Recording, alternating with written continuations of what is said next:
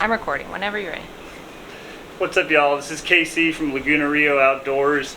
Today we're here in beautiful Belize and we're going to go over everything you need to know for coming on one of our trips and being successful here in Belize.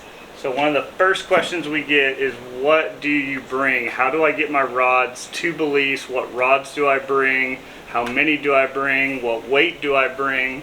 Right here, we got you. We recommend one of these rod vault cases. I think this is the best way to get your rods down there. The airlines are very used to seeing them. It's not going to surprise anyone. I still check my bags. I know a lot of people like to carry them on, but if you go a day early or something like that, it's a real easy way just to check them, not have to worry about it. If you are coming on one of our trips and you're not coming a couple days early and you want to keep these on you, you totally can put these in your carry-on. Just make sure you don't have any hooks or sharp stuff that the security's not going to like. Now, when we go into it, well, how many rods do I bring when I come to Belize?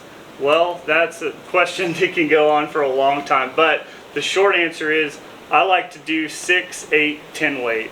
I bring 2 6s, 2 8 weights, 2 10 weights with me every time I come down here. All right, now, well, what if I want big tarpon? Yeah, 12 weight can have its place, but really when it comes to the meat and potatoes of Belize down here, I think if you're covering your bases with the 6 weight, the 8 weight, and the 10 weight, you're really ready for anything that can show up on the flats for the most part, unless again you're really specifically targeting those 100+ pound tarpon, then in which case you might want to start thinking about a 12 weight. So the other question is, should I really bring a 6 weight? Should I really bring a 6? Is that enough? First off, it's fantastic for catching a lot of the bonefish out here.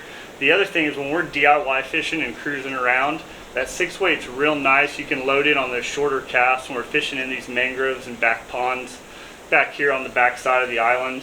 They work really good for the smaller snapper and the Mayan cichlids that we down here. So definitely don't short on the 6 weight.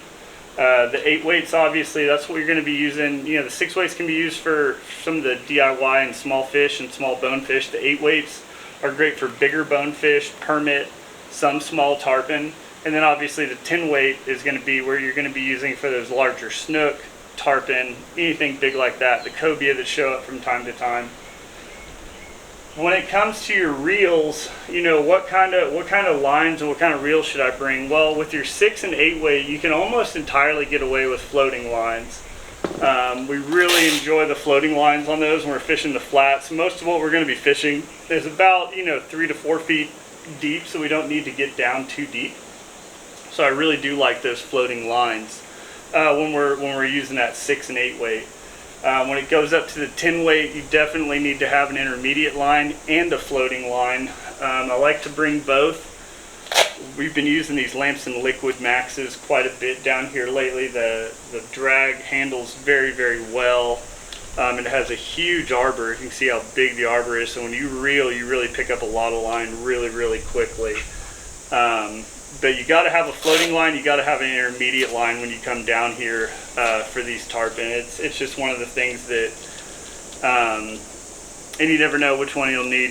We flip back and forth between floating and intermediate every time we're out here. So making sure you're bringing that floating intermediate will make sure your fly can get down and you can target these fish the right way.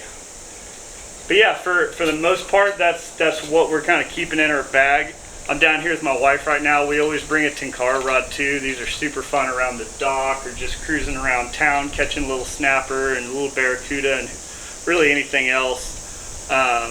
There's people ask me all the time, should I bring? Yes. The answer is always yes. If you're questioning whether you should bring a certain rod, go ahead and bring it. These rod vaults, they say they hold like 4 to 6 rods. Realistically, if you take them out of their socks and put them in here, you can put about 9 to 10 rods at least.